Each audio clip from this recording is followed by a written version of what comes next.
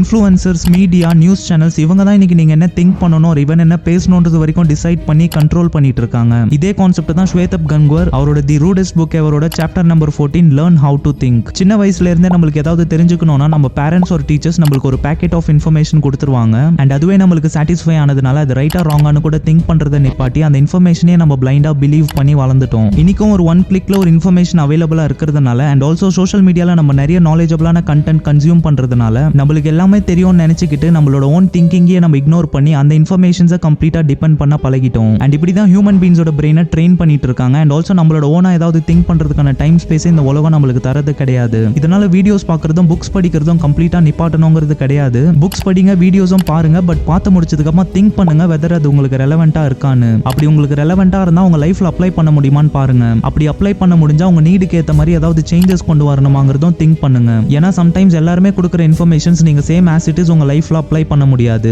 எல்லாருமே சொல்றப்போ including my self. So books படிங்க, ஏன்னா அது உங்களுக்கு நிறைய விஷயத்த ஒரு புது பெர்ஸ்பெக்டிவோட பார்க்கறதுக்கான ஒரு ஆப்பர்ச்சுனிட்டி தரும். பட் படிச்சதுக்கு அப்புறமா உங்க நீடுக்கு ஏற்ற மாதிரி ஏதாவது சேஞ்சஸ் கொண்டு வரணுமாங்கிற ஒரு ஆன்சரையும் திங்க் பண்ணி கண்டுபிடிங்க. அண்ட் உங்களுக்கு கிடைச்ச ஆன்சர் எங்கேயுமே அவைலபிளா இல்லாம கூட இருக்கலாம், பட் ஸ்டில் உங்க ப்ராப்ளம்கான சொல்யூஷன் அதுவா தான் இருக்கும்.